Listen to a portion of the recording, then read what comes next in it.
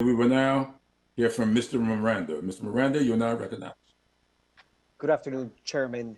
My name is Frankie Miranda. I am the president of the Hispanic Federation. And thank you for the opportunity to address you and the members of this committee.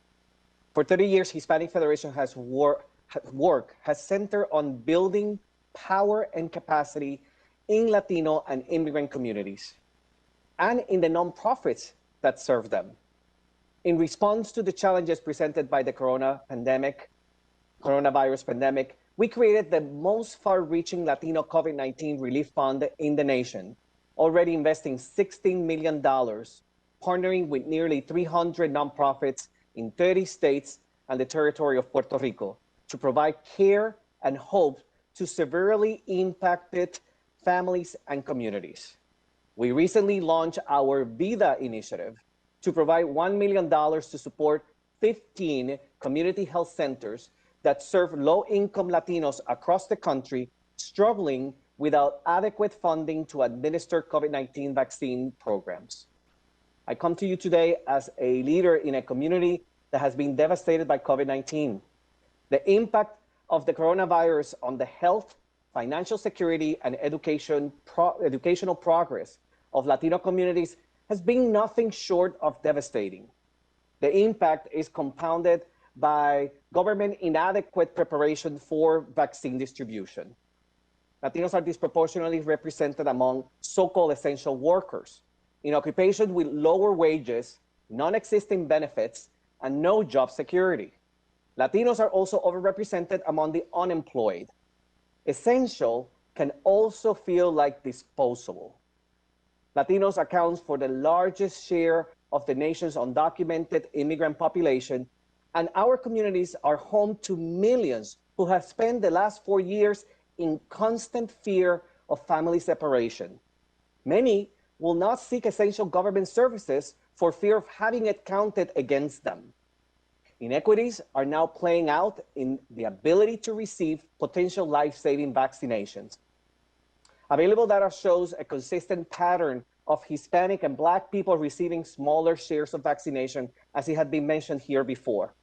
But for example, in Texas, only 20% of vaccinations have gone to Hispanic people, who make up 40% of the population. 42% of the cases of COVID-19 and nearly half of all deaths, 47% in that state. And as of this week, the CDC reported that race ethnicity was known for only just over half, 55% of people who have received at least one dose of the vaccine. And it's been mentioned here, among the known group, nearly 2/3 were white, 9% were Hispanic, 6% were Black, and 5% Asian. Latinos make up nearly 1 in 5 of the US population, over 18%. And yet we represent nearly 33% of COVID cases nationwide. We have been dying at rates more than twice as high as the white population. We need to do better, not only for Latinos, but for the health of this country. We know from our own work and from our partners on the ground what the problems are and what needs to happen to address them. You just need to ask us. And I'm here to recommend strategies in 3 areas that will result in more equitable, targeted, and effective distribution of vaccines. First, accessibility. Barriers to access include language, lack of transportation, availability of things people take for granted, like having internet or even an email account. We need targeted programs that provide vaccination teams to go into communities where hard-to-reach populations live and work. Continuing to simply open mega sites lacks creativity and a commitment to reaching hard-to-reach populations. Number 2, and very important to me, resources to community-based organizations. We must unleash our community's greatest assets, which are our community-based organizations. And in order to do that, we must allocate significant funding to our community-based nonprofits that have the cultural competence to educate and combat the rampant misinformation, distrust, and now fraud preying on Latino communities.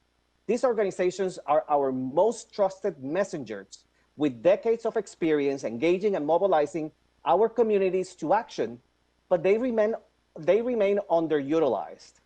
There's also need for resources for case management personnel with the cultural competence to reach hesitant populations, persuade them to get vaccinated, help them sign up for the vaccine, and then follow up to ensure they go back for their second dose. Providing the vaccines is just not enough. And third, equity and prioritization. Federal distribution guidelines must be created to target needed and impact. There must be priority guidelines, guardrails to prevent abuse and jumping the line, and oversight, especially while shortages remain. Simply providing vaccines to people over 65 will not reach Latinos who have the highest numbers of death among younger age groups. Almost half of all COVID-related deaths in the 35 to 44 age range are Latino, at 48.9%, compared to 27.3% of Black people and 15.5% of whites. We cannot open the economy on the backs of brown, Black, and undocumented and low-income workers who continue to suffer disproportionately high rates of infection, economic hardship, and death. We need to provide equitable access to vaccine. We're not asking for equity for the sake of equity. Continuing to give low priority to Latino and immigrants is not merely unfair, it's terrible public and economic policy.